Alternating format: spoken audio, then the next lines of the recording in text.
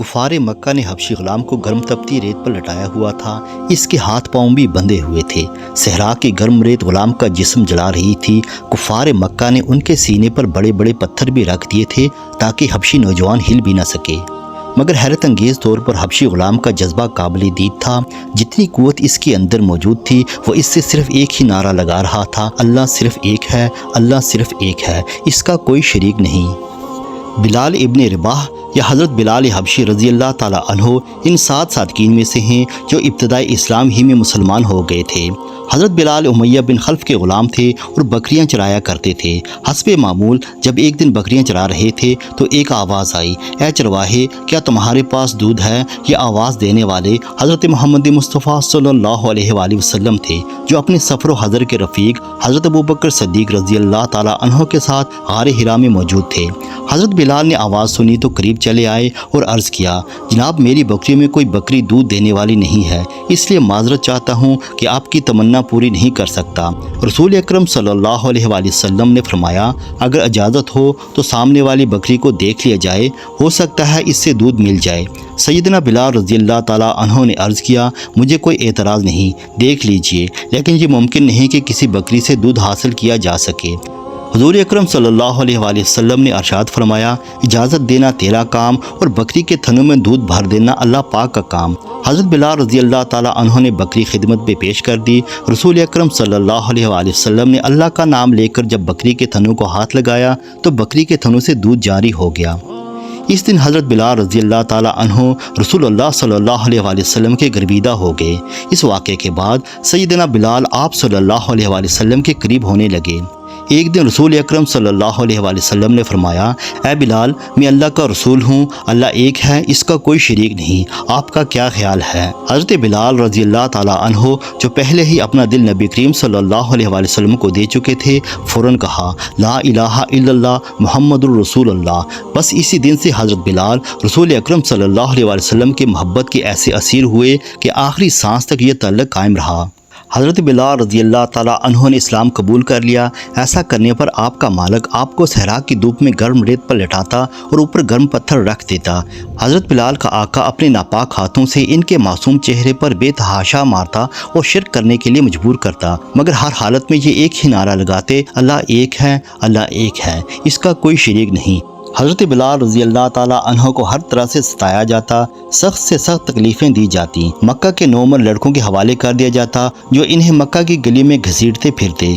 ایک دن ابو جہل، امیہ بن خلف اور اس کے دوسرے ساتھیوں نے اس قدر مارا کہ آپ بے ہوش ہو گئے۔ آخر کار تھک ہار کر کہنے لگے، بلال آج فیصلہ کرنا ہے کہ اسلام چھوڑ دو یا جان سے مار دیے جاؤ۔ سیدنا ابوبکر صدیق رضی اللہ تعالیٰ عنہ ادھر سے گزرے تو حضرت بلال کو کفار کے ہاتھوں پیٹتے دیکھا تو بےتاب ہو گئے۔ کفار سے مخاطب ہو کر فرمانے لگے، آخر اس مسکین پر کب تک ظلم کرتے رہو گے؟ واپسی پر حضرت بلال رضی اللہ تعالیٰ عنہ پر ہونے والے مظالم کا ذکر حضرت محمد مصطفیٰ صلی اللہ علیہ وآلہ وسلم سے کیا تو حضور اکرم صلی اللہ علیہ وآلہ وسلم کی آنکھیں حضرت بلال رضی اللہ تعالیٰ عنہ کے مصائب کا سن کر اشک بار ہو گئیں۔ روایات کے مطابق بعد میں حضور پاک صلی اللہ علیہ وآلہ وسلم یا حضرت ابوبکر صدیق رضی اللہ تعالیٰ عنہ نے حضرت بلال حبشی رضی اللہ تعالیٰ عنہ کو کفار مکہ سے بھاری قیمت ادا کر کے خرید لیا اور حضرت بلال حبشی کو آزاد کر دیا۔ قبول اسلام کے بعد جب کفار مکہ کے ظلم و ستم بڑھ گئے تو عام مسلمانوں کی طرح حضرت بلال بھی مکہ سے مدینہ ہجرت کر گئے۔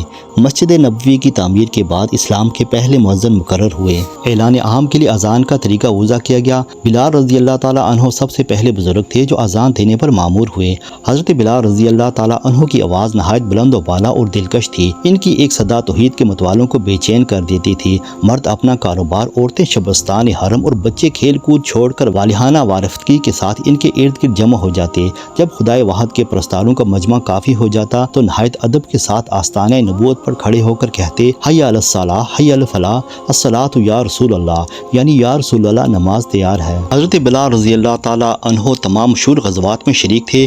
غزوہ بدر میں انہوں نے امیہ بن خلف کو قتل کیا جو اسلام کا سب سے بڑا دشمن تھا اور خود ان کی ایذا رسانی میں بھی اس کا ہاتھ سب سے پیش تھا۔ فتح مکہ میں حضرت صلی اللہ علیہ وآلہ وسلم کے ہم رکاب تھے۔ آپ خانہ کعبہ میں داخل ہوئے تو حضور اکرم صلی اللہ علیہ وآلہ وسلم نے آپ کو حکم دیا کہ خانہ کعبہ کی چھت پر چڑھ کر صدائے تکبیر بلند کریں۔